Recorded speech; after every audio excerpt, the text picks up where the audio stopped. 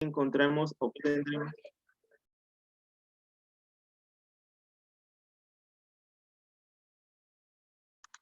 Perdón. Si tenemos una evidencia de estrés, ¿qué vamos a tener? Vamos a tener neutrófilos o neutrofilia madura. ¿Y por qué se da esto? O sea, vamos a encontrar neutrófilos maduros, no vamos a encontrar neutrófilos en banda. Y esto se da porque hay un aumento de liberación de neutrófilos desde la médula ósea. Hay que recordar que en la médula ósea tenemos dos grupos de almacenamiento. Un grupo de almacenamiento de neutrófilos segmentados o maduros y otro grupo de maduración de neutrófilos abastonados. Cuando yo tengo un cuadro de estrés, tengo un pasaje, de la médula se liberan neutrófilos maduros, no en banda. Así que por eso es que se da la leucocitosis o la neutrofilia que voy a encontrar. Otra causa es que hay un aumento del conteo total de neutrófilos en sangre, ¿ya? Esto es el CTNS, que es porque si hay una desviación del conjunto marginal al conjunto circulante, que nos dice que es mayormente del endotelio que está en los pulmones y en el vaso. ¿A qué se refiere esto? Yo en la sangre tengo, ¿a qué se refiere la migración de neutrófilos desde el conjunto marginal al circulante? Yo en el torrente sanguíneo tengo un grupo de neutrófilos que está adherido, el grupo marginal que está adherido a los pulmones y al vaso mayormente. Y tengo un grupo circulante, creo que hay un micrófono prendido, y tengo un grupo circulante que es el que está perdón, tengo un grupo circulante que es el que, como su nombre lo dice, está circulando por el torrente sanguíneo. El conteo o la suma de estos dos da el conteo total de neutrófilos en sangre o el CTNS. ¿Ya? Entonces, cuando yo tengo un cuadro de estrés, tengo una migración o un aumento de los neutrófilos circulantes en sangre porque todos estos neutrófilos que todavía no han migrado a tejido y están adheridos al endotelio del pulmón y vaso, van a sumarse a los que están circulando y eso va a dar un aumento muy marcado de los neutrófilos. ¿Ya? Tenemos que ver también que hay una relación directa, eso nos va a servir más adelante. Hay una relación entre los felinos es de 3 a 1. Por cada 3 neutrófilos marginales, o sea, adheridos al endotelio de los vasos capilares del vaso y pulmón, hay uno circulante. Y en el canino es 1 a 1. ¿Ya? Esto nos va a servir más adelante para ver cuando hay una reacción o una respuesta por epinefrina mayormente. Entonces, hay una disminución también de la migración de neutrófilos a los tejidos. Hay que recordar que el destino final de muchas células, en este caso los neutrófilos, monocitos y otros blancos, no son la sangre. La sangre es un pasaje, es la vía por la cual van a migrar a tejidos. Y si hay una disminución de la migración de los neutrófilos a los tejidos, entonces eso quiere decir que van a estar circulando más tiempo en sangre. Y por ende, pues cuando yo tome un hemograma, voy a encontrar un aumento considerable de esos también. Todas esas cosas van a hacer que tenga una leucocitosis, que tenga una neutrofilia muy marcada. ¿Ya? Entonces, ¿qué pasa con los monos y linfos? Porque habíamos dicho que hay monocitosis y linfocitosis. Cuando tengo una elevación, eh, cuando tengo una elevación, un cuadro de estrés, los corticoides van a hacer que haya linfopenia y eosinopenia. ¿Por qué se da esto? Porque los linfocitos y los eosinófilos los corticoides tienen un efecto citotóxico sobre los linfocitos y eosinófilos. ¿Ya? Y otra causa es que los corticoides van a evitar la migración desde los lechos linfoides de los linfocitos, o sea, desde los ganglios hacia el torrente sanguíneo. Por todo eso es que vamos a encontrar linfocitos bajos. Los eosinófilos también van a ser bajos, vamos a encontrar eosinopenia por estrés, y los monocitos pueden estar normales o altos según el cuadro que esté causando el cuadro inflamatorio. Y para redondear esta parte, aunque no lo crean, solamente por un cuadro de estrés en un paciente, en un canino, podemos llegar a recuentos entre 30.000 y 40.000 de leucocitos, una leucocitosis muy alta. Y en felinos, entre 15.000 y 25.000, solamente por un cuadro de estrés. Más o menos no tiene que ser rajatabla, pero es un recuento bastante alto el que podemos encontrar.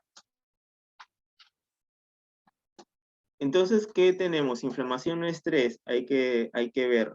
Hay que ver eso, podemos tener cuadros mixtos de esto. ¿Y por qué se da esto? Porque en la neutrofilia inmadura por estrés, si yo tengo una neutrofilia inmadura, o sea, tengo una desviación a la izquierda en un cuadro de estrés, Eso quiere decir que los depósitos o almacenes de neutrófilos maduros están agotados o se están usando. Porque en condiciones normales, como nos dice el texto, en condiciones normales la velocidad de liberación de neutrófilos no debería elevar el recuento de juveniles. ¿Eso qué nos quiere decir? Que yo en un cuadro de estrés no debo de encontrar neutrófilos en banda, solamente neutrófilos maduros, ¿ya? Porque aquí nos aclara eso. Si tengo neutrofilia con desviación a la izquierda, ¿en qué caso se da? Indica que hay una disminución de los depósitos de neutrófilos maduros en la médula. Y hay que recordar que yo tengo un grupo de maduración de neutrófilos abastonados y una reserva de neutrófilos segmentados. Si en condiciones normales hay un cuadro de estrés, lo que se va a usar es eso de acá. Pero si ya yo tengo un cuadro inflamatorio previo al cuadro de estrés, quiere decir que mis reservas ya están escasas o hay una disminución de esas reservas, y entonces cuando la médula se vea estimulada a liberar neutrófilos al torrente sanguíneo, como no tiene los suficientes neutrófilos maduros, va a tomar o va a echar mano de los neutrófilos inmaduros, y por eso es que tengo la presencia de neutrófilos en banda cuando tengo un cuadro de estrés que me indica que hay un cuadro ya no solamente de estrés, sino que hay un cuadro inflamatorio. Y esto se debe a la demanda tisular significativa de neutrófilos por un cuadro infeccioso, inflamatorio o incluso de ambos, ¿no? Porque muchos cuadros infecciosos me van a conllevar a un cuadro inflamatorio. Y aquí pues nos los pone, imaginemos pues que tenemos este cuadro en donde pues solamente deberían entrar segmentados. No tienen por qué entrar juveniles. Si yo tengo un cuadro de estrés, solamente tengo que tener la presencia de neutrófilos segmentados o maduros. No tendrían por qué haber neutrófilos juveniles o pulpines. No tiene por qué haber juveniles. Si yo tengo una leucocitosis con desviación a la izquierda, indica que ya solamente no hay un cuadro de estrés solamente, sino que hay un cuadro inflamatorio, ¿ya? Eso es lo que nos va a diferenciar uno del otro. Un cuadro por epinefrina o excitación, mayormente nos dice aquí que se va a dar en gatos. No es que no se dé en perros, sino que no se evidencia, no se evidencia. ¿Y qué sucede en un cuadro de excitación por epinefrina o de excitación? Mayormente el conjunto total de neutrófilos en sangre permanece igual. O sea, no hay alteración de esto. Hay desplazamiento del grupo marginal al grupo circulante, sí, o sea, los que estaban, recordemos que los neutrófilos que estaban adheridos al epitelio del vaso de hígado van a migrar al torrente sanguíneo, al conjunto marginal, circulante, perdón, sí, van a migrar. Entonces el conteo total de neutrófilos en sangre permanece igual. ¿Ya? Entonces, eso mayormente se da en los gatos, ¿ya? En los gatos mayormente se ve la respuesta por epinefrina o excitación, la vamos a ver más en gatos que en perros, o va a ser evidente en ellos más que en los caninos, ¿ya? No hay aumento de liberación de neutrófilos desde la médula ósea, o sea, la médula ósea no libera neutrófilos al torrente sanguíneo, ¿ya? No hay descenso de la migración a los lechos capilares, no hay descenso de migración o el pasaje de neutrófilos a los tejidos, ¿ya? Y los neutrófilos maduros pueden estar normales. Los linfocitos pueden estar normales o ligeramente elevados. ¿Y por qué decíamos que esto se evidencia más que todo en felinos y no en caninos? Porque un ejemplo, yo tengo un cuadro de estrés o por epinefrina, perdón, o por excitación en un canino. Si yo tengo, la relación es 1 a 1. Un ejemplo, yo tengo 7.000 neutrófilos circulantes por 7.000 neutrófilos marginales. Cuando llega la sumatoria, en un caso extremo que todos los marginales migren al torrente sanguíneo, voy a tener un recuento total de neutrófilos de 14.000. Y ese es un recuento totalmente normal en un canino. Pero si esto sucede en un felino, vemos que si tengo 7.000 neutrófilos circulantes, voy a tener marginales 21.000. Si por un extremo también liberamos todos esos neutrófilos en torrente sanguíneo, la suma de estos dos, del conteo total de neutrófilos en sangre, va a dar 28.000. Y eso sí va a evidenciar que hay un aumento total de los neutrófilos en sangre, en el leucograma. Así que por eso es que decimos que va a ser evidente, no es que no se dé en el canino, sino que muchas veces no lo vamos a notar. Y sí en el felino por esta causa, ¿ya? Pero, pues ¿cuál es la característica de esto? Que solamente no vamos a tener ni desviación a la izquierda,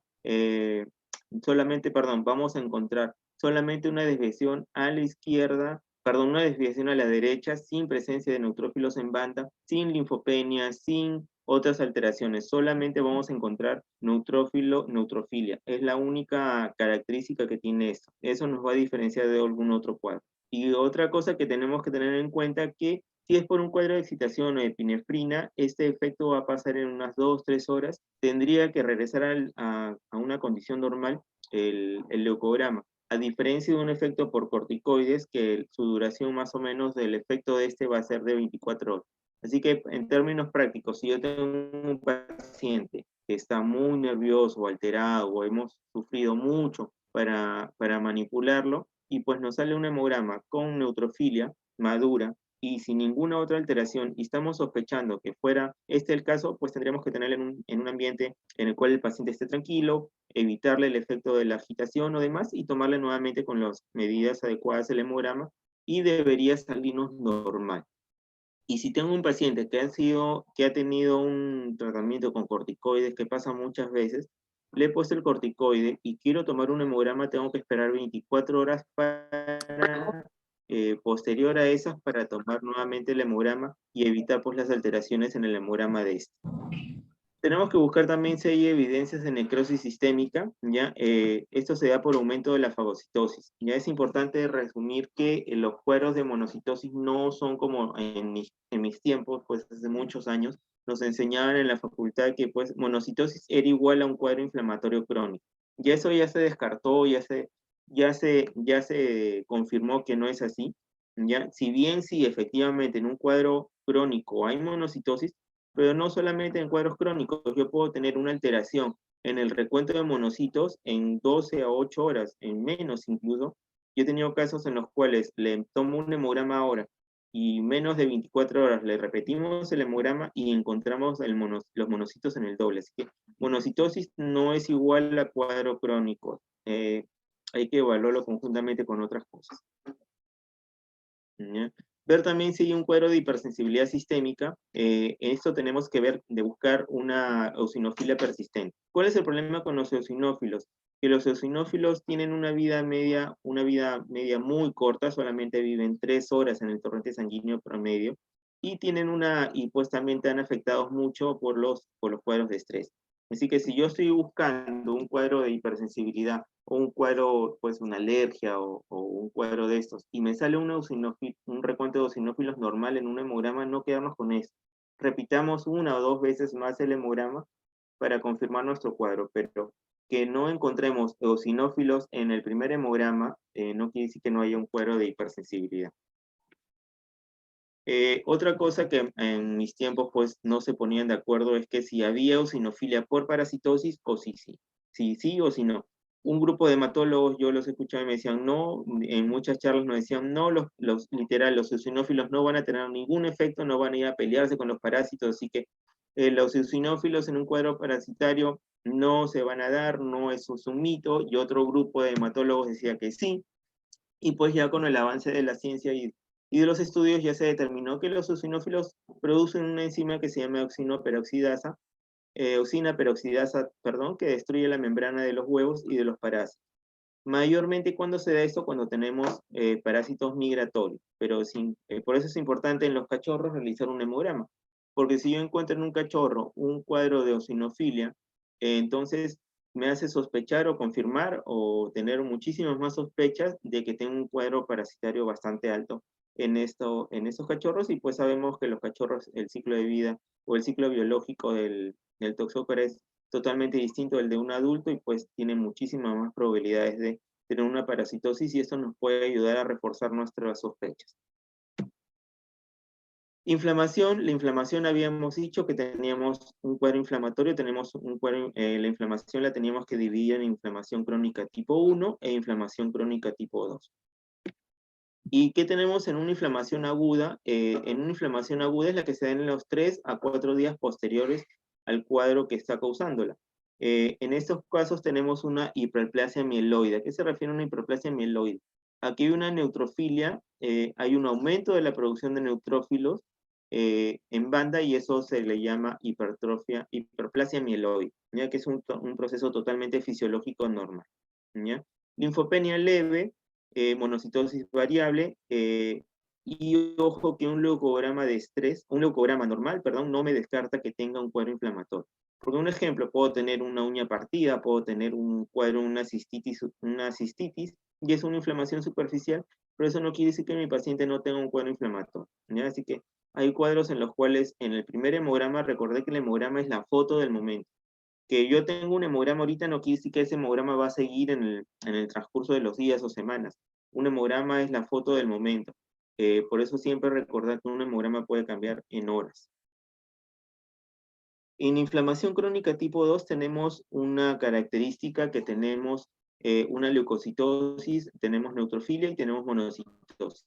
Y se espera recuentos leucocitarios muy altos, que pueden llegar a 50.000, 100.000, y 100.000 ya es un recuento, pues con los avances de los citómetros y los equipos hematológicos, eso nos permite cada día tener recuentos muchísimo más precisos. Incluso el último reporte de un hemograma que me pasaron tenía 350.000 de leucocitos medido con citómetro, con un equipo muy preciso, así que pues en esta diapositiva entre 50.000 y 100.000 literalmente queda chica. Pero estos recuentos se les llaman reacciones leucemoides porque la literatura nos indica que todo recuento por encima de 50.000 yo tengo que sospechar o tengo que evaluar que fuera un cuadro de leucemia. Por eso se le llama reacciones leucemoides, ¿ya? Entonces, como habíamos dicho, los recuentos de 50.000 o 100.000 a más se les llama reacciones leucemoides. Ojo, no son una leucemia, son cuadros infecciosos o inflamatorios que han causado una respuesta muy fuerte de la médula sin ser una leucemia, ¿ya? Y eso se le llama reacción leucemoide, ¿ya?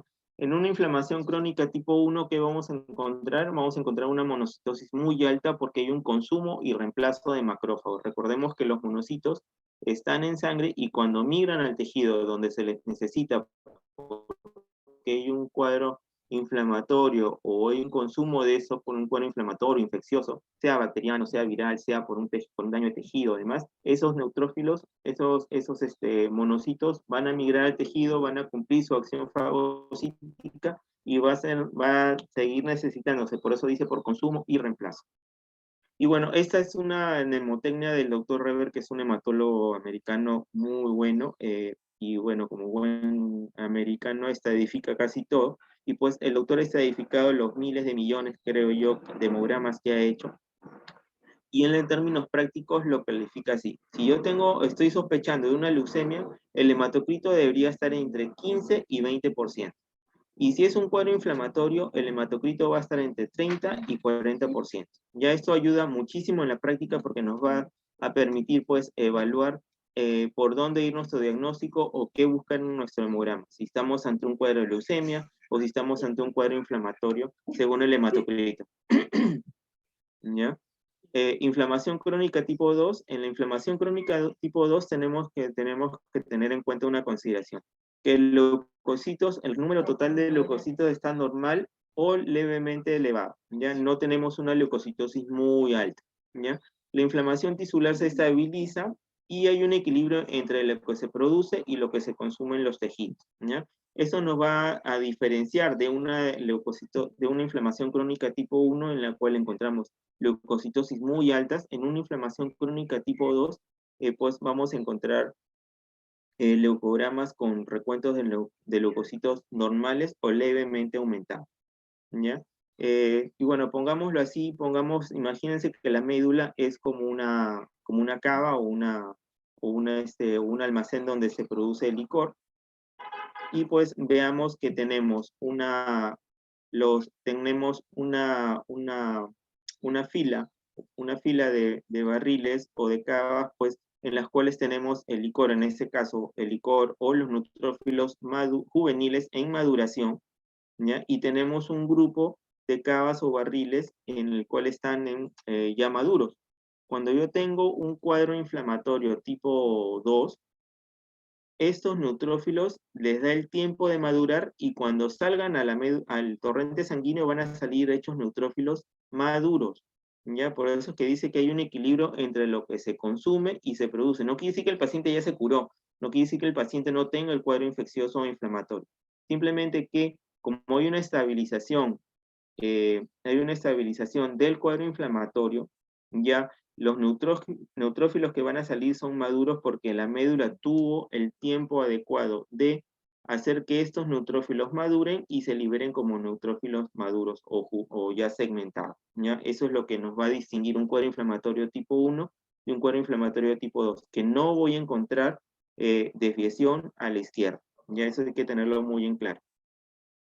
Y recordar que el destino de muchas células son los tejidos, no la sangre, ¿ya? ¿Qué otra cosa? Y lo que sí vamos a encontrar en un cuadro inflamatorio crónico tipo 2 es la monocitosis permanente o persistente. Muchas veces lo único que nos va a indicar que estamos ante un cuadro inflamatorio crónico es la monocitosis persistente, ¿ya? Es lo que nos va a indicar que estamos ante un cuadro inflamatorio. Los leucocitos van a ser normales o casi normales, pero siempre vamos a tener monocitosis persistente, vamos a tener monocitos elevados, ¿ya? Los linfocitos pueden estar normales o bajos según el cuadro de estrés que esté presentando el paciente. Cuando tenemos mal pronóstico, mal pronóstico tenemos cuando tenemos una desviación a la izquierda degenerativa. Habíamos dicho que tenemos desviación a la izquierda regenerativa y una desviación a la izquierda regenerativa. ¿Cuándo es una desviación a la izquierda degenerativa? Cuando tenemos más neutrófilos en banda que neutrófilos abazonados. Sea cual sea el número, puedo tener 1000 leucocitos, puedo tener 10.000, puedo tener 200.000 leucocitos, pero siempre y cuando yo tenga mayor cantidad de neutrófilos en banda o juveniles que neutrófilos maduros, eso es malo, eso es mal pronóstico. Y pues como nos dice acá, pues no, que yo tenga neutrófilos, que yo tenga menor cantidad de neutrófilos segmentados y mayor cantidad de neutrófilos juveniles no va a hacer que el ataque ante el cuadro infeccioso o inflamatorio sea beneficioso, ¿ya? Pulpines o neutrófilos pulpines o neutrófilos juveniles no van a tener la misma eficacia fagocitaria, no van a tener la misma capacidad de defensa ante una infección que los neutrófilos segmentados, ¿ya? Así que siempre que tengamos neutrófilos segmentados, abazonados o en banda en mayor número que segmentados, eso es una desviación a la derecha, a la izquierda degenerativa, eso es mal pronóstico, ¿no? Entonces ya habíamos visto que mal pronóstico posibles causas de un mal pronóstico es una disminución de la producción, que puede ser por un cuadro infeccioso, muchas bacterias o virus atacan la médula directamente, o algunos hemoparásitos y pueden causar disminución de la producción de neutrófilos. Un ejemplo muy claro pues es la acción de la Ehrlichia canis, o de pues, algunas enterobacterias o algunas toxinas de las bacterias que causan aplasia medular.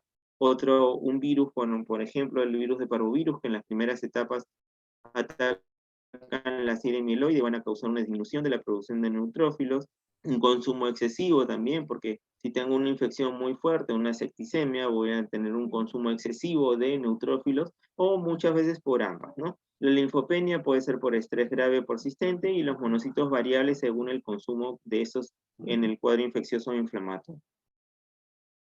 Mal pronóstico también tenemos cuando tenemos una reacción leucemoide. Ya que tenga una reacción leucemoide no quiere decir que la reacción inflamatoria no se está controlando. Muchos dirán, no, pero si tengo más leucocitos, entonces quiere decir que mi médula está funcionando, entonces estoy teniendo una respuesta. Sí, estoy teniendo una respuesta, pero estoy teniendo una respuesta inapropiada, porque yo para tener una respuesta adecuada, con un recuento de entre 35.000 o 25.000 leucocitos, debería ser una respuesta adecuada. Pero si yo tengo una reacción leucemoide, quiere decir que mi cuerpo está, pues mi organismo está desesperado literalmente porque no puede controlar el cuadro infeccioso e inflamatorio y tenemos estos cuadros. Así que una reacción leucemoide siempre es mal pronóstico, ¿ya? Este es un resumen de lo que hemos hablado hasta ahorita, en el cual pues esta es una modificación de un cuadrito, le hemos agregado un par de columnas más para hacerlo más dinámico. Si gustan pueden tomarle un pantallazo. Esto les va a ayudar muchísimo a resumir todo lo que hemos hablado ahora, pues cuando tenemos una inflamación mínima, una inflamación leve, una inflamación aguda, una inflamación crónica tipo 1, tipo 2, cuando tenemos un leucograma de estrés o por excitación. ¿Bien? Ahí se los dejo unos segunditos para que les puedan tomar un pantallazo si es.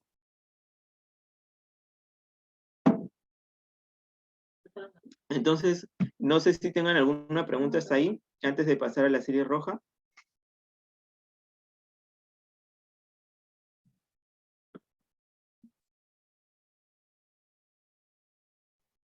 Chicos, normal pueden prender su micrófono en este espacio para hacer alguna pregunta. Doc, una consulta, buenas tardes. Y con el tema de la hemostasia prolongada, ¿en qué nos afectaría en el tema del resultado del hemograma?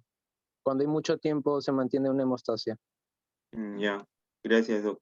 Bueno, en una hemostasia prolongada, ese es un tema de manejo de muestras o errores comunes, pero ¿qué vamos a encontrar en una hemostasia prolongada? Si yo hago una hemostasia muy prolongada, pasado los 30 segundos, voy a encontrar alteraciones en el hematocrito, en el recuento de glóbulos rojos, puedo encontrar alteraciones en las plaquetas, agregados plaquetarios, y eso es hablando de la serie del hemograma. Incluso puedo encontrar alteraciones también en las transaminasas, puedo encontrar alteraciones en las proteínas totales, así que no solamente es en el hemograma, así que una hemostasia prolongada o mal dada o mal hecha nos va a alterar muchísimas cosas, no solamente el hemograma. Pero así siendo puntuales, plaquetas, hematocrito y glóbulos rojos. Eso es lo que va a ser alterado en este caso. Listo, gracias. ¿Alguno más?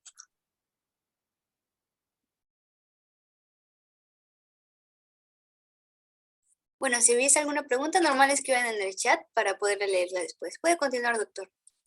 Ok, gracias. Ok, entonces continuamos. Entonces vamos a ver ahora la serie roja, ¿ya? En la serie roja tenemos que, ahí recordarles que siempre la mejor muestra de sangre viene de la yugular. Si están tratando un gato, yugular. Si están tratando un cachorro, yugular. Tienen que tomar las muestras de la yugular. No hay forma, porque si no van a tener, como dijo el doctor, una hemostasia inadecuada, nos va a alterar muchísimas cosas. Y yo sé que a veces es más fácil decirlo que hacerlo, pero es cuestión de costumbre, acostumbrarse a la vena yugular. Es cuestión de costumbre, es una vena muy práctica, nos va a ayudar muchísimo a disminuir la cantidad de errores que tengamos en la parte preanalítica.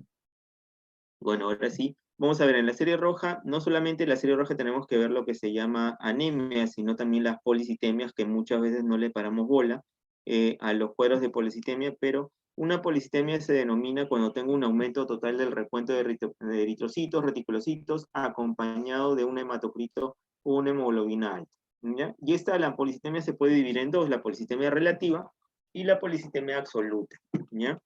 Mayormente la policitemia relativa o fisiológica, como le llaman algunos autores, mayormente es por deshidratación, que va a causar un cuadro de hemoconcentración, y por esplegnocontracción o contracción esplénica. Esas son las causas más comunes de una policitemia relativa, ¿ya? Y en una policitemia relativa, entonces, para resumirlo así rapidito, es por deshidratación y se resuelve con la reposición adecuada de fluidos. ¿A qué quiero llegar con esto? Que si yo tengo un paciente con policitemia y quiero distinguir si es una policitemia relativa o una policitemia absoluta, con la hidratación, lo hidratamos a ese paciente, lo ponemos en normovolemia, volvemos a tomar el hemograma y eso debería normalizarse. Con eso confirmamos que es un cuadro de hemoconcentración por un cuadro de deshidratación. Obviamente también tenemos que evaluar el cuadro de deshidratación con que nos llega nuestro paciente, ¿no? Y ya sabemos pues que este va desde el 5% hasta el 12%, ¿no? Según eso también podemos evaluar qué tan deshidratado está nuestro paciente y corroborarlo o correlacionarlo con el cuadro de policitemia que tengamos. ¿Ya? El otro cuadro que habíamos dicho era por contracción esplénica, y esta se da por muchas causas, muchas veces se da por ejercicio, por estrés, por mala manipulación o por sugestión inadecuada del paciente, ¿ya? Pues es que es importante las condiciones en las cuales tomamos un hemograma. Muchas veces el hemograma también por esto se va a alterar. Se va a alterar porque tenemos una policitemia relativa por estrés o porque el paciente lo llevaron caminando 10 cuadras y le tomaron el hemograma, ¿no? Y si fuera este el caso, se resuelve quitando el cuadro de estrés-oxidación, en el cual los valores de hematocrito, hemoglobina o BCA van a volver a su normalidad. Y eso pues lo podemos tener en términos prácticos pasada 1 o 2 horas, debería de corregirse eso, este cuadro, incluso en menos tiempo, ¿ya? La policitemia absoluta tenemos que subdividirla en dos, en la policitemia absoluta primaria o vera o policitemia secundaria adecuadamente dada e inadecuadamente dada, ¿ya?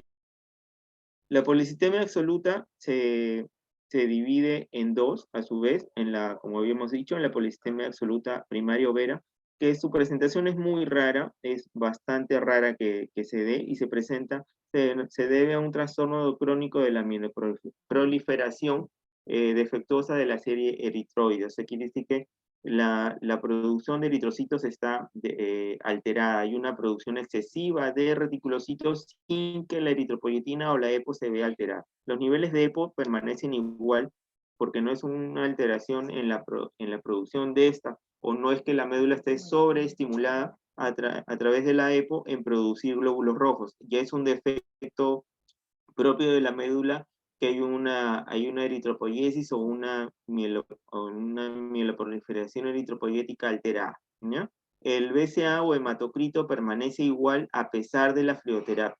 Quiere decir esto que por más fluidos, no es que yo lo vaya a sobrehidratar a mi paciente. Si yo tengo un paciente ya normovolémico, le mido el hematocrito o le hago un hemograma nuevamente y va a permanecer entre 70 y 80%. Eso me confirma que tengo un cuadro de policitemia absoluta, ¿ya? Y la policitemia absoluta inadecuadamente dada mayormente se da en la policitemia absoluta, en la policitemia absoluta tengo dos también, mil disculpas, aquí faltó la diapositiva, la adecuadamente dada y la inadecuadamente dada. La inadecuadamente dada, como vemos aquí, se da por enfermedades renales, porque hay un exceso o una elevación de la producción de eritropoyetina, como se da en un carcinoma de células renales, un linfosarcoma renal, una pielonefritis crónica. En estos cuadros se da una producción inadecuadamente dada. ¿Y cuándo se da una policitemia absoluta adecuadamente dada? Cuando tengo un cuadro compensatorio, cuando tengo un paciente que vive en altura o que ha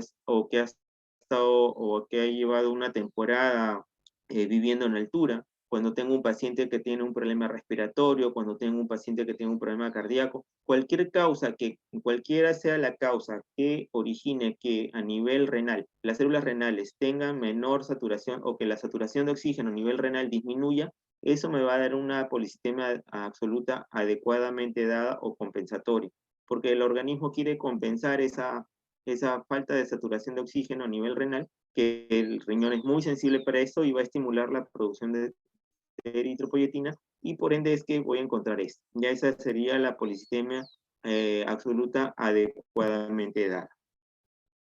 Y una observación importante, y eso sí tenemos que tenerlo en cuenta, si llega un paciente, un canino, al consultorio con un recuento mayor o igual a 10 millones o un hematocrito mayor o igual al 60%, esto debe ser tratado como una emergencia, porque ese paciente va a tener una hiperviscosidad. La sangre pues tiene cierta viscosidad, pero tampoco es brea, tampoco es petróleo.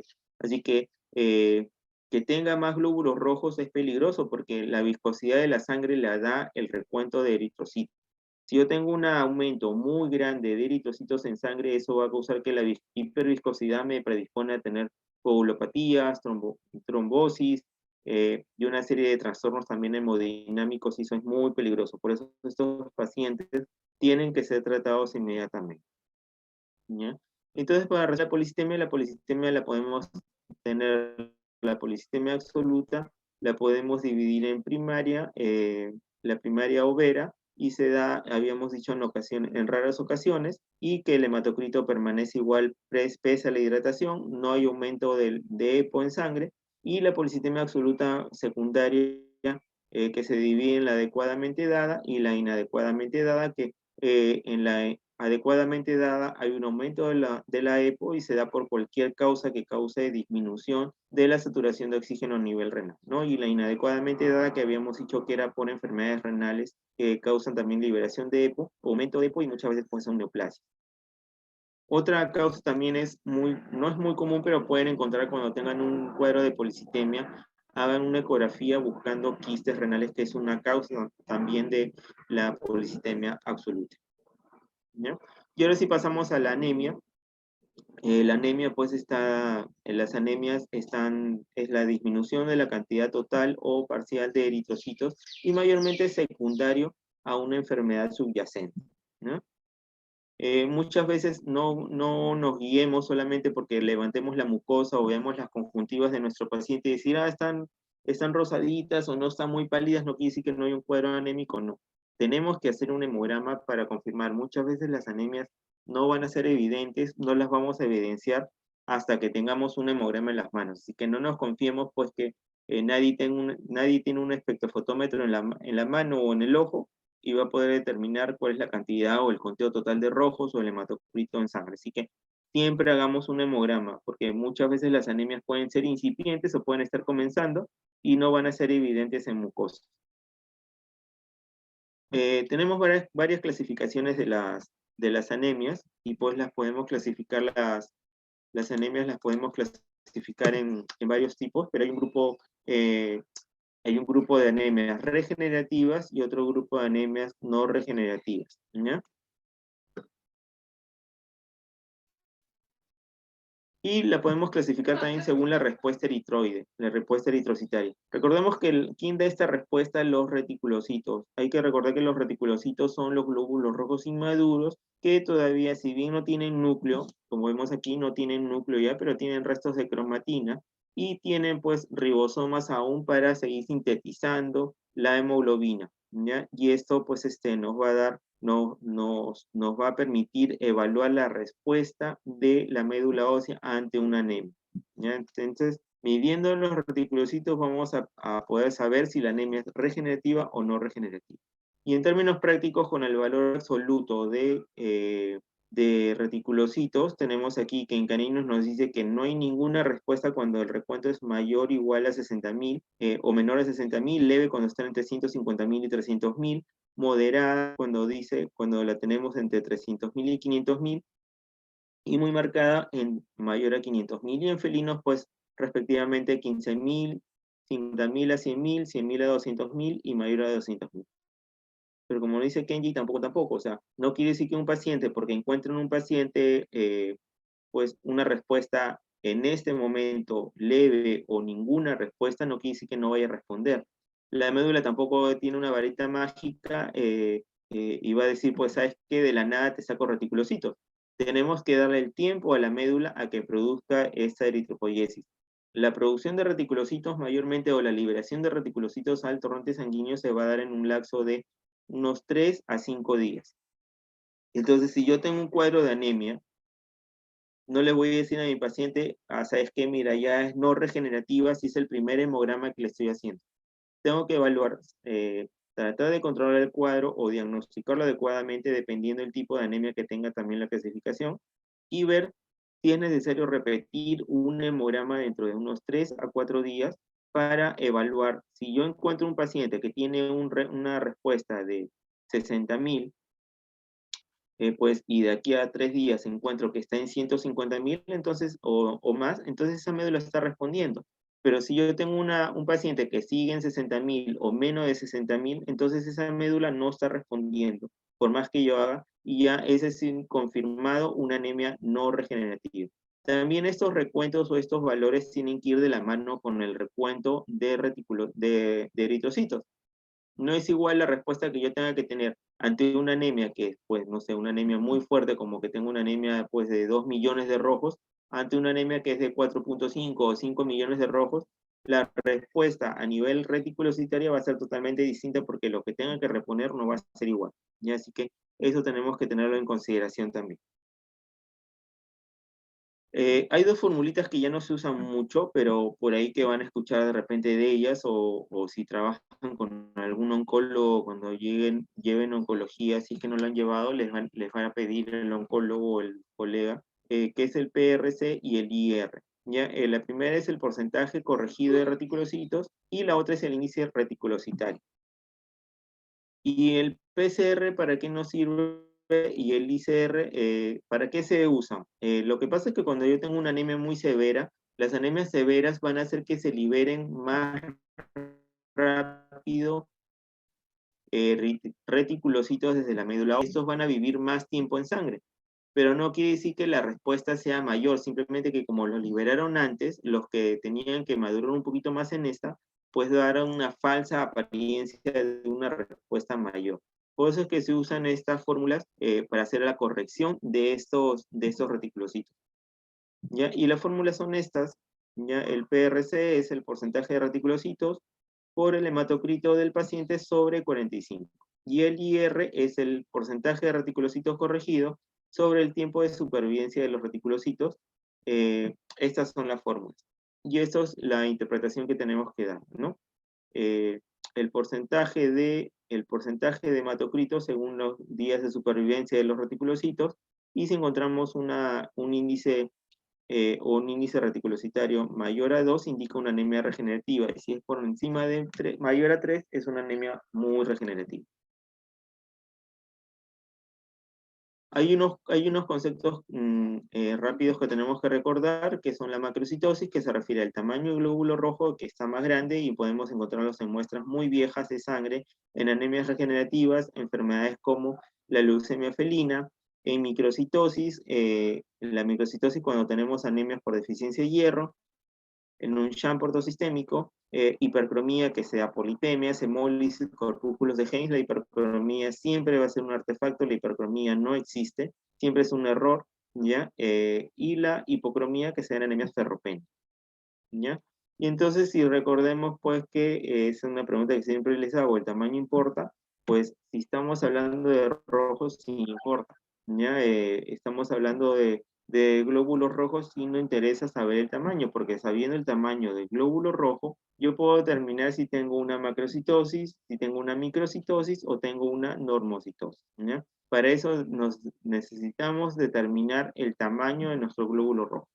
Y pues estas son las fórmulas que ya vienen en todos los hemogramas, ya no tenemos que hacerlas como antes, que tenemos que agarrar calculadora y estar perdiendo tiempo. Haciendo estas fórmulas ya en todos los hemogramas nos vienen, y tenemos que ver, pues, que lo importante es ver el recuento de glóbulos rojos, la hemoglobina, la concentración de hemoglobina corpuscular media y el volumen corpuscular medio. Esos son los parámetros que nos sirven para clasificar las anemias, ¿ya? Pero en la práctica los que nos va a servir son el recuento de hemoglobina, el recuento de glóbulos rojos, el volumen corpuscular medio y la concentración de hemoglobina corpuscular media nos van a ayudar a determinar si yo tengo una anemia microcítica, nomocítica, macrocítica hipercrómica o demás, y clasificar, ¿ya? Según el volumen del paquete globular o hematocrito, yo puedo determinar también si tengo una anemia leve, moderada, grave o muy grave, según el hematocrito. Una anemia leve es un hematocrito entre 30 a 37%, moderada entre 20 a 29%, muy grave cuando tengo un hematocrito entre 19 y 12%, y muy grave mayor o igual a 10%. ¿Ya? Los índices eritrocitarios que habíamos dicho que nos van a ayudar para determinar pues, el tipo de anemia eran el BCM, que se refiere al volumen corpuscular medio, que es el tamaño del glóbulo rojo expresado en fentalitros, y la concentración de hemoglobina corpuscular media, que indica la relación entre la hemoglobina y el glóbulo rojo. ¿Ya? Estas son las dos fórmulas que tenemos que tener en consideración para clasificar nuestras anemias, ¿ya?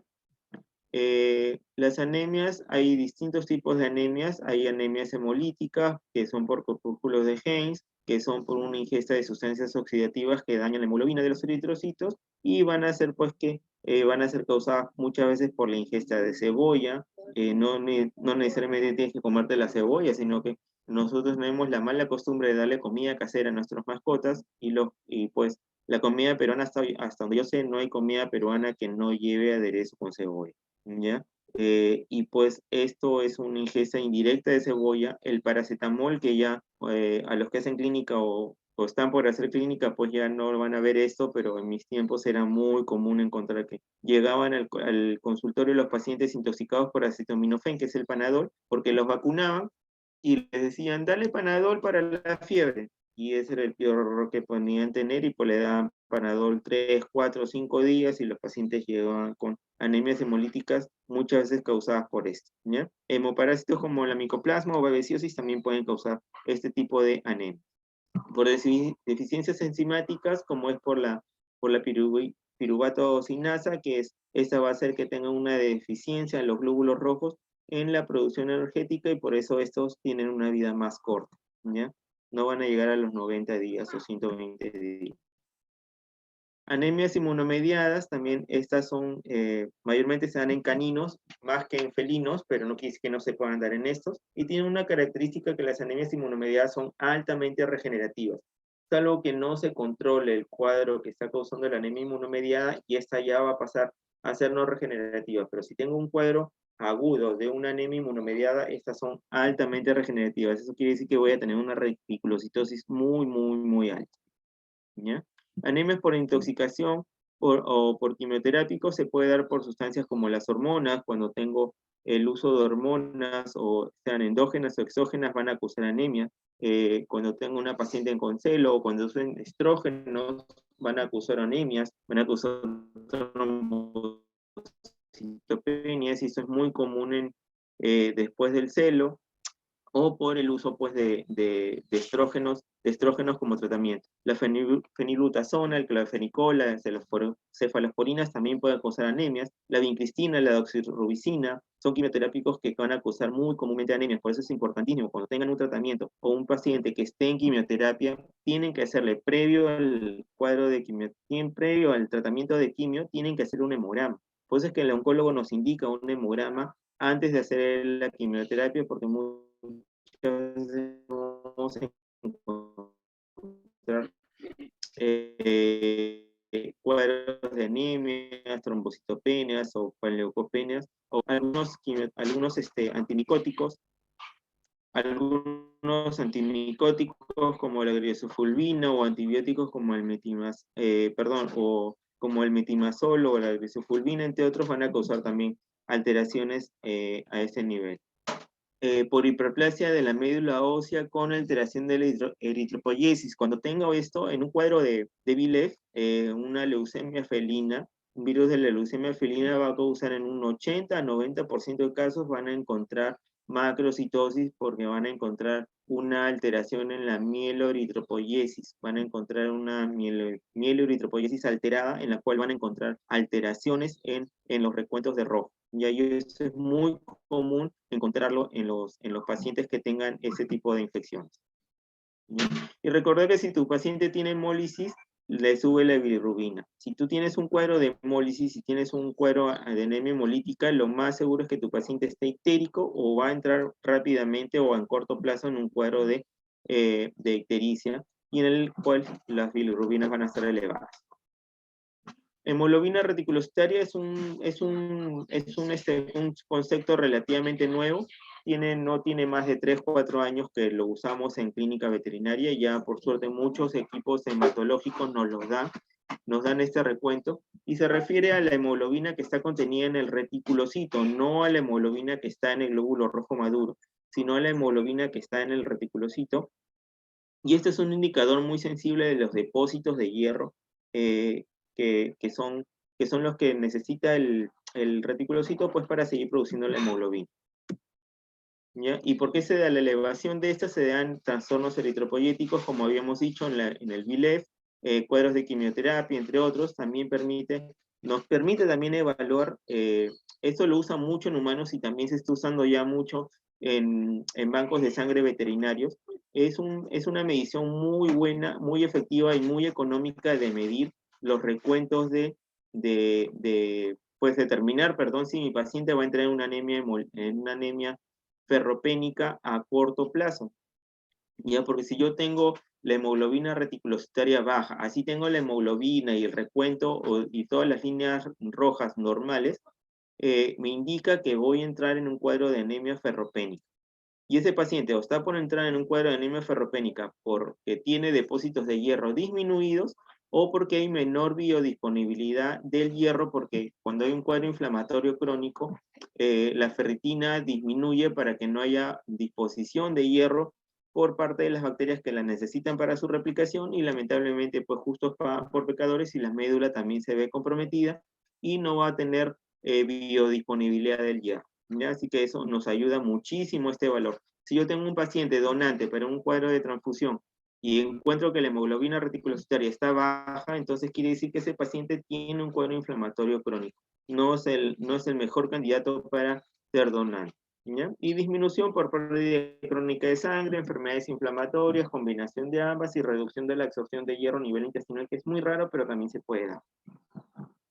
Y pues las anemias, hay un cuadro macro que las divide en regenerativas y no regenerativas, ¿ya?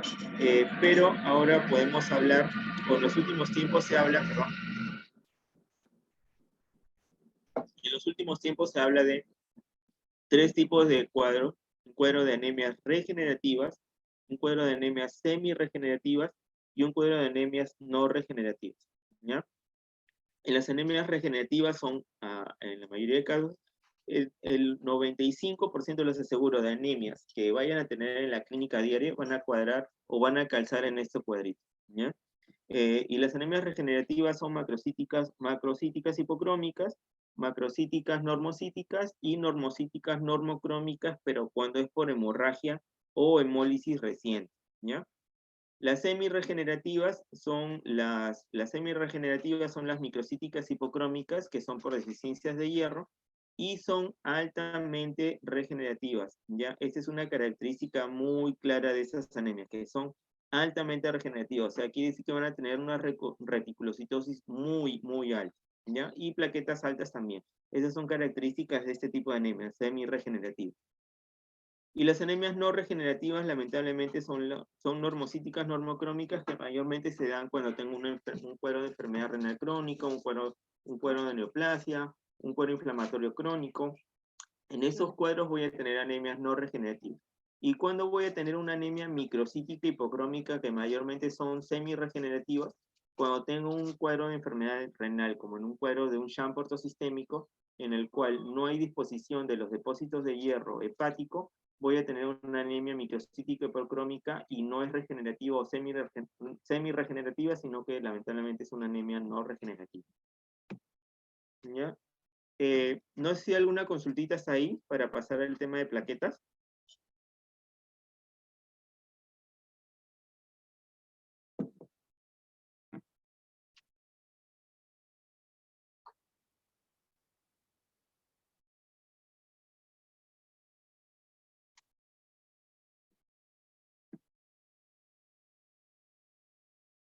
Doctor, yo le tengo una pregunta. Con respecto a las transfusiones sanguíneas, cuando ya el hematocrito se encontraría en un nivel grave, ¿cómo podría yo considerar si es que la transfusión va a ser efectiva o ya no le haría efecto? En ese caso, el hematocrito no te va a servir de mucho. Lo que tú tienes que ver es que si tienes un cuadro de reticulocitosis o no.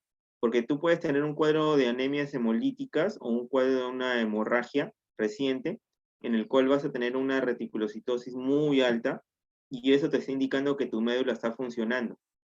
¿Ya? Por eso, si tienes un hematocrito muy bajo, puede ser que tengas una anemia. Por eso es que necesitamos determinar qué tipo de anemia tienes, ¿no? Como vimos acá, si tienes una anemia regenerativa, tienes una anemia macrocítica hipocrómica, en el cual tienes glóbulos rojos grandes e hipercrómicos. Tienes una anemia macrocítica normocrómica y tienes una anemia normocítica normocrómica. Si tienes una anemia normocítica normocrómica con un recuento de hematocrito muy bajo, pero es normocítica normocrómica, quiere decir que tus glóbulos rojos están normales, el tamaño está normal, el tamaño del glóbulo rojo es normal y la cantidad de hemoglobina en ese también es normal. ¿Y qué ha pasado? En términos prácticos, este tipo de anemia se da por dos cosas: o porque el paciente está perdiendo glóbulos rojos por una hemorragia interna o externa, o porque están lisándose sus glóbulos rojos, ¿ya? Y en esos casos, las anemias son muy regenerativas. Por eso, cualquier anemia, ya tú tienes que guiarte. Esa clasificación de leve o moderada del hematocrito es una primera fase de la evaluación, pero tú, para determinar si una transfusión, o si quieres hacer una transfusión o tienes que hacer una transfusión, quien te va a decir eso es el recuento de reticulocitos. No puedes hacer una transfusión si no tienes un recuento de reticulocitos que te indique que la anemia es regenerativa o no, ¿ya? Así que el hematocrito, el recuento de rojos y demás te van a dar una noción de cómo está tu recuento. Pero tú necesitas hacer esta clasificación. Si es macrocítica, normocítica, si es normocítica hipocrómica, si es normocítica microcítica, y acompañado de esto del recuento de reticulocitos, para tú poder determinar, sea que vayas a hacer una transfusión o no, si tu anemia es regenerativa o no. Porque si haces una transfusión en un paciente sin medir reticulocitos, ¿qué pasa si es una anemia no regenerativa? Le pasas una transfusión, mejora 2 semanas, pues mejor de los casos 3 semanas y ese paciente va a empezar a decaer nuevamente. Le haces una segunda transfusión y va a pasar lo mismo, va a pasar lo mismo y no puedes tener al paciente pues de transfusión en transfusión. Así que es complicado y no podemos hacer esta evaluación si no tenemos el recuento de reticulocitos. ¿Qué pasa si tienes un paciente con enfermedad renal? Le haces una transfusión, no le va a servir de nada, porque no va a haber una respuesta adecuada. En ese caso, lo que tú necesitarías es un tratamiento con eritropoyetina o seguirle con un tratamiento de eritropoyetina. Pero ¿cómo sabes si necesitas eso o no, si no clasificas la anemia primero y si no mediste reticulocitos? Por eso es que la evaluación de los reticulocitos es importantísima y no puede faltar en un hemograma. No sé si respondí su pregunta, perdón. Sí, doctor, gracias. Se puede guiar un Ok, poco más. ok. Entonces, no sé si hay alguna otra preguntita por ahí o pasamos a plaquetas.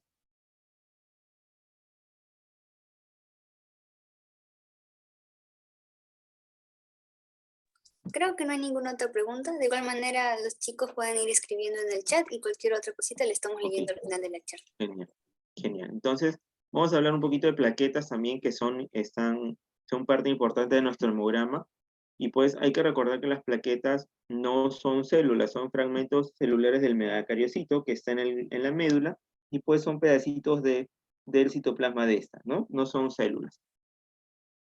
Y pues el tamaño de las plaquetas, mayormente en caninos, recordé que son más pequeñas que en el gato, ¿ya? Son muchísimo más pequeñas, por eso hay que tener muchísimo cuidado cuando evaluemos un hemograma de felinos, ver por qué método evaluamos el hemograma, porque muchas veces los equipos, si no los miden por citometría o fluorescencia, pueden confundirse en el tamaño y darnos un recuento o confundir un glóbulo rojo con una plaqueta, ¿ya? O viceversa. Por eso es que tenemos que tener en consideración eso, que el tamaño del glóbulo rojo del felino, de la plaqueta del felino, es mucho mayor a la del canino, y que el canino tiende a tener macroplaquetas y glóbulos rojos más pequeños, ¿ya? El tiempo de producción de las plaquetas es de 6 días en promedio. ¿Para qué nos sirve eso? Porque si yo tengo un cuadro de trombocitopenia o un cuadro de plaquetas bajas y quiero evaluarlas, si tengo plaquetas, si la respuesta ante el cuadro o en mi médula está respondiendo, no voy a evaluarlo pues a los 2 o 3 días. Tengo que darle por lo menos una semana para poder determinar que esas plaquetas se están reponiendo adecuadamente, ¿ya? La producción, hay que también ver que la producción de la estimulación por parte de la trombopoyetina es por el volumen plaquetario medio, más que por el número total de plaquetas, es por el volumen plaquetario medio, ¿ya? No hay almacenamiento celular, no hay almacenamiento medular o reserva medular de plaquetas, ya a diferencia de los glóbulos blancos, sí la hay, y no tengo un depósito, una reserva, un almacén de plaquetas en la médula ósea, ¿ya? Pero sí lo tengo en el vaso almacena un 30% del volumen total sanguíneo, así que tengo un gran almacén de plaquetas ahí y de glóbulos rojos también. Por eso es que una de las causas de policitemia habíamos dicho que era la esplenocontracción. Y ahí también vamos a encontrar un recuento de plaquetas mayor, porque ahí tengo un gran almacén. Igual también podemos tener secuestros, todo lo contrario, que si el vaso se inflama, puedo tener un secuestro esplénico de estas plaquetas por la inflamación de este órgano, ¿ya? Los recuentos de plaquetas pueden estar alterados, podemos tener trombocitopenias por aumento de la destrucción, secuestro, disminución de la maduración de la producción, pérdidas de consumo o por mala toma de muestras, que es muy común, o para mal almacenamiento de las muestras también, ¿ya? Hay que recordar que el recuento de plaquetas, si yo tengo un volumen plaquetario bajo, más trombocitopenia, eso es muy seguro que tengamos una trombocitopenia inmunomediada, ¿ya? Entonces, si yo estoy sospechando de una trombocitopenia inmunomediada, tengo que ver que el volumen plaquetario medio esté bajo y acompañado de una trombocitopenia, lo más seguro es que tengo una trombocitopenia inmunomediada, ¿ya? Las microplaquetas o plaquetas pequeñas se dan en trombocitopenias inmunomediadas, y las macroplaquetas indican una respuesta adecuada o una baja respuesta a la trombocitopenia.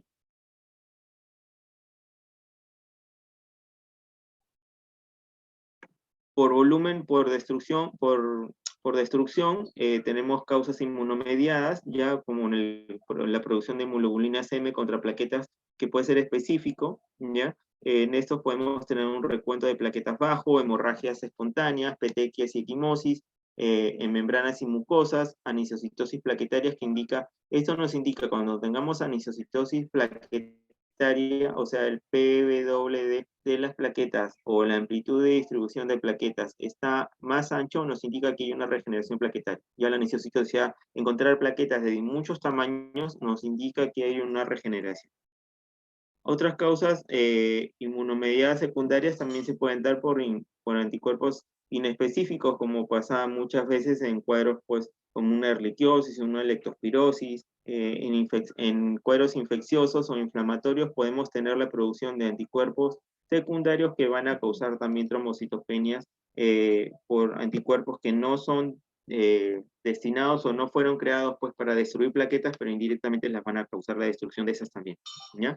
Fármacos que pueden causar disminución de las plaquetas, tenemos las penicilinas, la eritromicina, la aspirina, la estreptomicina, los estrógenos, que es muy común, por eso que tengamos mucho cuidado cuando tengamos una paciente que ha salido de celo o que le hemos tratado y ahora por suerte ya no se usa mucho, pero pacientes que han tenido tratamientos con estrógenos, pues muchas veces van a causarles trombocitopenias muy marcadas y fuertes, y el problema es que esa no se va a dar muchas veces hasta después de un mes o 4 semanas posteriores al uso de este fármaco, no vamos a ver las consecuencias. Las penicilinas también, si estamos tratando un paciente con penicilinas, tenemos que tener en consideración que puede tener trombocitopenias, y no van a ser porque el paciente está empeorando o porque no está mejorando, sino simplemente por el efecto del antibiótico.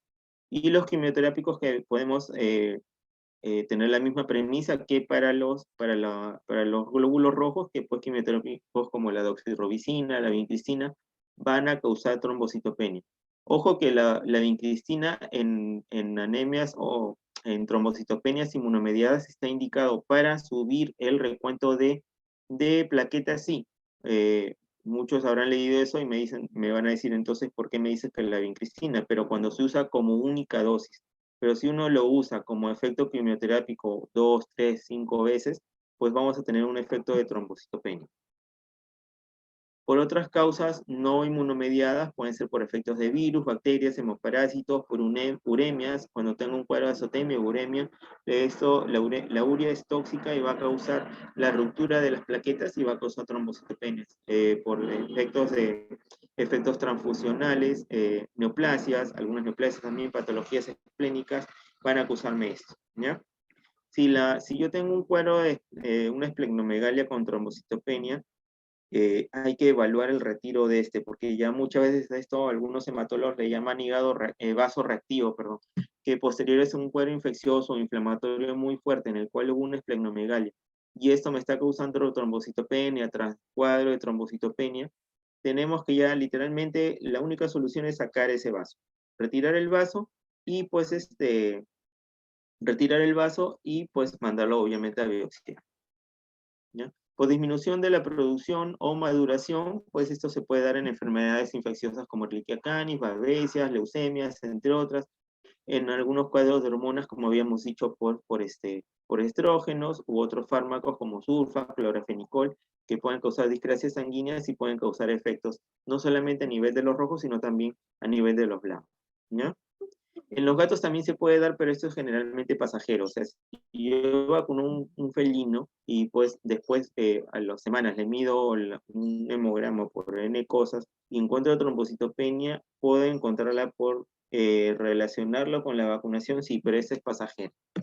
¿Ya? Por disminución de la maduración, perdón, ese ya lo hemos visto. eh, por, por pérdida o consumo en hemorragias, obviamente, y un cuadro de coagulación intravascular diseminada también, ¿ya? Trombocitos, la elevación del recuento de trombocitos de plaquetas, ¿cuándo lo podemos hacer? Fisiológicamente habíamos dicho que era por la esplenomegalia, por la contracción esplénica, perdón. Cuando hay una contracción esplénica podemos encontrar estos cuadros, ¿ya? Y esto mayormente dura entre 15 y 30 minutos, ¿ya? Pasado este tiempo, no, debería volver a un recuento normal de plaquetas. Así que si yo estoy sospechando de este cuadro, esperemos pues una hora, tengamos el paciente tranquilo, sin efectos de estrés o excitación. Volvemos a tomar el hemograma y ya deberíamos tener un recuento de plaquetas normales.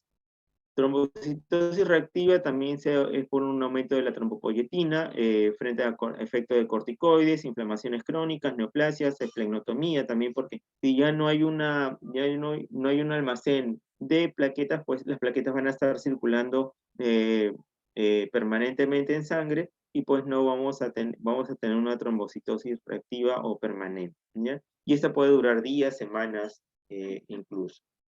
Tromboastenia, ese cuadro no es muy común, pero sí ya lo he visto un par de veces. La tromboastenia se da cuando tengo un número de plaquetas normales, pero que son biológicamente ineficaces o no eficientes, ¿ya? Y esto lo podemos ver cuando tengamos cuadros de nefropatías, hepatopatías, pancreatitis, un cuadro de mieloma múltiple, en algunos casos hereditarios y por fármacos que son raros, al igual que los hereditarios, pero esto sí lo podemos ver. Hasta hace poco no estaba del todo dicho en felinos, pero hace poco tuve un cuadro de un colega que nos mandó unos exámenes y tenía todos los cuadros compatibles con una tromboastenia y buscando información sí encontré que hay un cuadro reportado en Estados Unidos de tromboastenia, así que pues todavía, bueno, faltaría hacer más estudios para confirmar que este paciente felino acá en Perú tiene una tromboastenia, pero todas las características, recuento de reticulocitos normal, recuento de plaquetas totalmente normal, incluso alto para un gato, petequias, equimosis en todo el cuerpo, una anemia muy marcada, normocítica, normocrómica, con un alto grado de regeneración que indicaría, pues, indicaría una reticulocitosis bastante marcada, una respuesta eritrocitaria por hemólisis bastante marcada, por una hemorragia. Lamentablemente todavía estamos esperando que le hayan hecho los exámenes de tiempos de coagulación para ir orientándonos al cuadro, pero tiene toda la pinta de ser un cuadro de trombostenia, ¿ya? Así que hay que tener cuidado con eso y tenerlo en consideración, ¿ya? Hemostasis secundarias, los factores de coagulación mayormente se mueven juntos, o sea, el PT y PTT se alargan conjuntamente, ¿no? Pero si puede ser que tenga cuadros en los cuales pues se altere uno antes que el otro. Y hay muchos errores que se dan también, que se han alargado por deshidratación o por mala relación con el anticoagulante. A veces tomamos el tubito es para 4 ml, 4.5 ml, perdón, y tomamos la mitad o menos de eso, va a alargar obviamente los factores de coagulación o los tiempos de coagulación. Por eso tenemos que tener mucho cuidado con las proporciones de muestra anticoagulante y no tomar estos cuando el paciente esté deshidratado porque se van a alargar erróneamente, ¿ya? El PT y TP, que son los factores de coagulación de hemostasis secundaria más usados, tenemos que tener una consideración que son patológicos o sus elevaciones son patológicas cuando estén por encima del 25% del valor normal o nominal, ¿ya?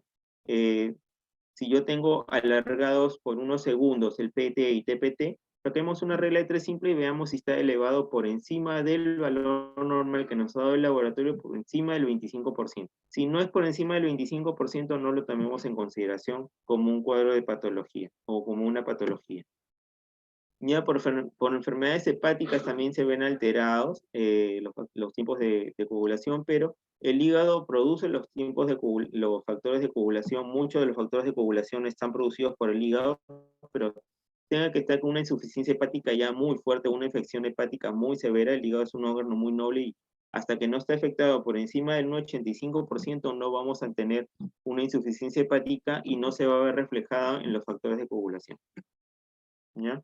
Por antagonistas de la vitamina K, esto se da por, pues, por alteración, estos van a alargar los factores de coagulación, como el PT, IPTT y TPT, pero tenemos que tener una consideración, que primero se va a alargar cuando sea por un antagonista de la vitamina K, como una dicumarina, una warfarina. Muchas veces primero lo hará el PT, y a las horas, más o menos, antes de las 6 horas, va a estar normal el TPT. Pasado este tiempo ya los dos van a estar alargados, ¿no? Pero si estoy sospechando de esto y es un cuadro reciente de ingesta, esto me va a ayudar muchísimo porque encuentro el TP alargado y el TPT normal, y tengo la sospecha de que el propietario o el tutor me dice que ha ingerido esos venenos, pues lo podría confirmar. Posibles escenarios, pues si tengo una trombocitopenia, pues con tiempos de coagulación aumentados y fibrinógeno aumentado, puede ser una coagulación intravascular diseminada. Y si tengo plaquetas normales con tiempos de coagulación aumentados, puede ser rodenticidas, puede ser insuficiencia hepática, una enteropatía hepática hereditaria, entre otros. ¿Ya? Otras alteraciones de las plaquetas pueden ser adquiridas, como la deficiencia de vitamina K o antagonistas, y entre otras alteraciones. Y algunas presentaciones que podemos tener, un ejemplo, podemos tener una trombocitopenia. Esto es un poquito de lo que hemos hablado antes. Si tenemos trombocitopenia y tiempos de coagulación normales, pueden ser por excesiva destrucción, por causas inmunomediadas o por disminución de la producción. Y tenemos que evaluar, en este caso sí, tenemos que hacer un estudio de médula ósea, ¿ya? Si tenemos plaquetas normales, tiempos de coagulación normales, podemos tener un defecto en la funcionalidad de las plaquetas como una trombostenia, ¿ya? Y si tenemos una trombocitopenia, tiempos de coagulación aumentados y fibrinógeno aumentado, posiblemente tenemos un cuadro de SIC. Obviamente hay que tener en consideración que la evaluación de SIC, la evaluación de SIC, la prueba gold estándar para determinar si tengo un cuadro de SIC es el dímero D. Pero lamentablemente para evaluar el dímero D, literal tengo que tener al paciente en un lado y al equipo en el otro. Porque mientras que llamamos al laboratorio para que nos mida el dímero D, pues no quiere decir que la prueba se deteriore, sino que ya el paciente se nos fue. Así que pues tener en consideración eso cuando queremos evaluar un cuadro de SIC, ¿ya? Otro cuadro que podemos tener son plaquetas normales con tiempos de coagulación aumentados, como en un cuadro de rodenticidas, insuficiencias hepáticas, factores hereditarios, entre otros, y plaquetas normales más PTT aumentado y proteínas plasmáticas PTT aumentado y PT normal, puede ser una hemoconcentración o un cuadro de deshidratación, ¿ya?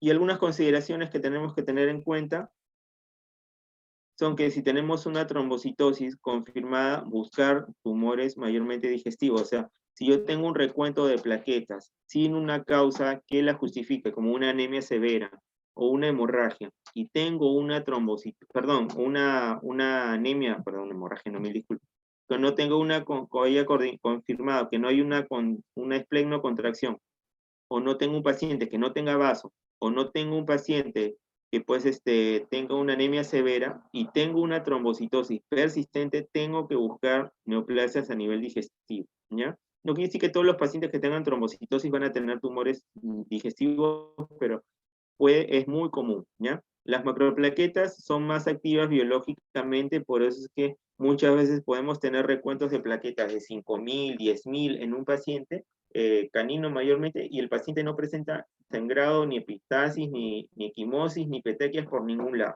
ya porque sus plaquetas son muy normales. Incluso hay reportes de pacientes que han entrado a cirugía de emergencia con recuentos mayores, iguales o por un recuento de plaqueta de 5.000 y no han sangrado más de lo esperado en la cirugía, porque sus plaquetas son biológicamente muy efectivas, ¿no? Hay una relación inversa entre el hierro y las plaquetas. El plaquetocrito no es útil para determinar pues, si tengo una trombocitopenia o una trombocitosis, no es determinante, ¿ya? El EDTA agrega plaquetas, sí y no. El EDTA, ¿cuándo agrega plaquetas? Cuando no tengo una relación anticoagulante muestra adecuado, ahí sí se van a agregar plaquetas. Perdón. En el caso del gato, hay reportes en los cuales sí, en el gato el EDTA puede agregar plaquetas, no son todos, pero hay algunos gatos que sí agregan plaquetas cuando sus muestras son tomadas en el EDTA. En estos casos la literatura indica y en la práctica también se hace que se toma una muestra en fluoruro y pues se mide o se hace una aproximación a un recuento de plaquetas con este anticoagulante para confirmar que sea una agregación por EDTA. Y a más hierro, menos plaquetas, y a menos hierro, más plaquetas. Es una relación inversa proporcional. Y el volumen plaquetario medio tiene baja sensibilidad. Y bueno, invitarlos a los grupos de casitos que tenemos. Tenemos un par de grupos de casitos en el laboratorio. Pues invitarlos, ahí está en el número para agregarlos al grupo. Tenemos colegas de muchas partes del Perú y del mundo, y pues muchas veces podemos compartir casuística no solamente de acá, y es interesante porque vemos casuísticas, exámenes y demás, no solamente locales, sino también de otros sitios, y pues podemos compartir casitos, preguntas, dudas, todo lo relacionado pues al laboratorio e interpretación o a casitos en general, ¿no? Así que están totalmente invitados a ser parte del grupo, me escriben a este número, pues sí, los podemos agregar. Y no sé si hay alguna pregunta por ahí.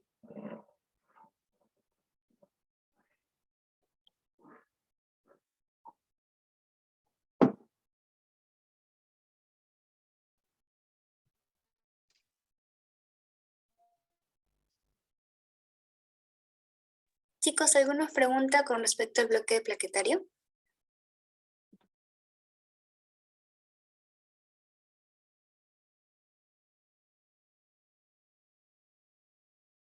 Creo que no hay ninguna pregunta con respecto a este bloque, doctor. Puede continuar.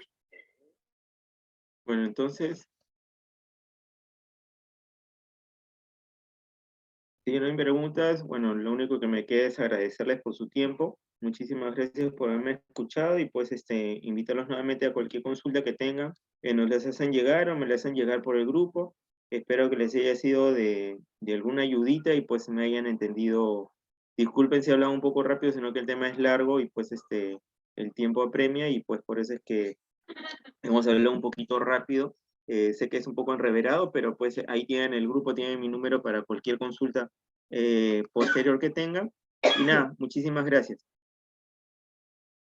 Doctor, justo acá una compañera acaba de escribir una pregunta. Le consulta qué tipo de fármacos producen una trombastenia. O sea, la trombostenia no es por fármacos, la trombostenia... Ah, bueno, podría ser alguno que esté causando alguna afección renal. Yo nunca he visto, bueno, como te digo, he visto solamente 2 casos de esto. No tengo así específico un cuadro, qué fármacos podrían causarte la trombostenia, porque es raro, pero sí, si tienes un fármaco pues que te va a causar alguna alteración renal o una insuficiencia renal o una pancreatitis, ponte, si tienes un cuadro de una pancreatitis causado por un fármaco como el metronidazol, puede ser uno de estos fármacos. Si tienes un paciente que tiene una enfermedad renal, ya está usando un aminoglucósido que es nefrotóxico, puede ser causa de la trombostenia, sí. O sea, directamente no creo que sea la causa, sino indirecta, porque va a causar la patología, ¿no? Una insuficiencia renal, una pancreatitis, pero algún fármaco que tenga entendido así, literal, que te diga, este fármaco causa trombostenia, te mentiría, no lo sé. Pero indirectamente uno podría ser el metronidazol o un aminoglucósido, o algún tóxico, o algún fármaco que pueda causar alguna alteración renal o hepática severa.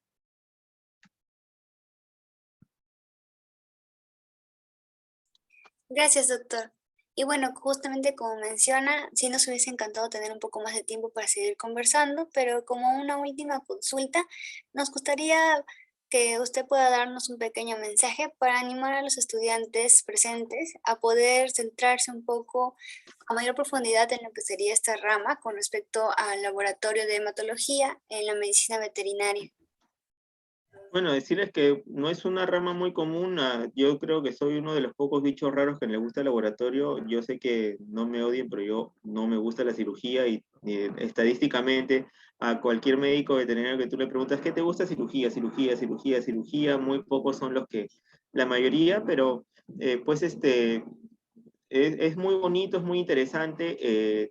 Todo paciente que es muy, muy muy bonito porque todo paciente, sea la especialidad que sea, va a pasar por laboratorio, sea cardiología, sea nefrología, sea cardiología, sea traumatología, todos directa o indirectamente van a pasar por laboratorio. Así que ustedes van a ver 1 en 1000 casos.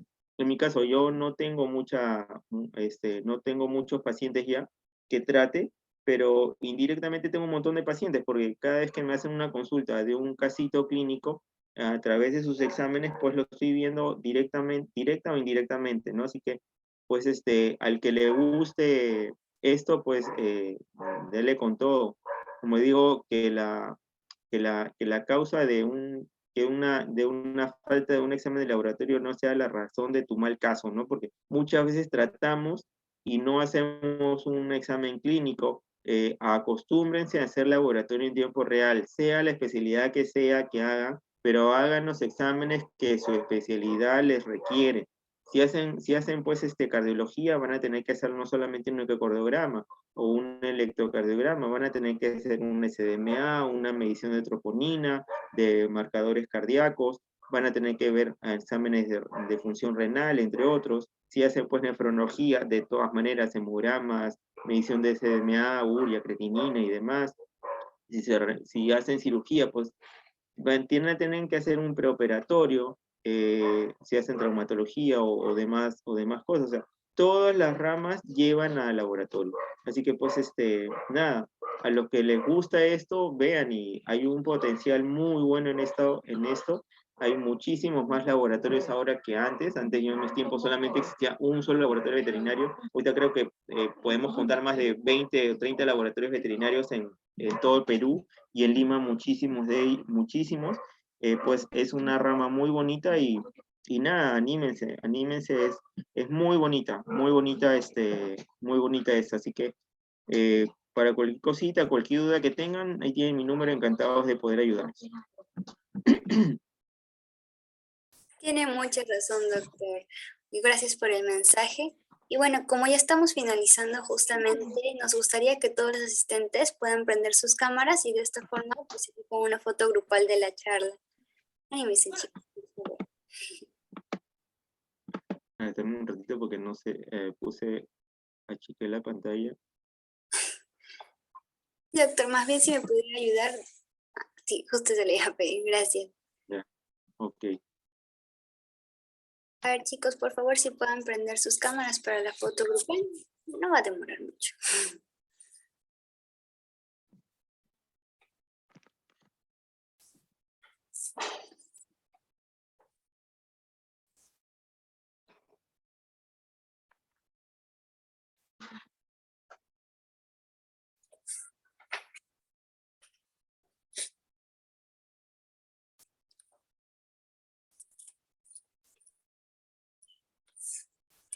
Gracias, chicos. A ver, a la cuenta de 3.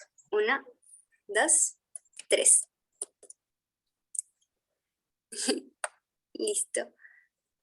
Vamos a pasar a la siguiente paginita. Ya.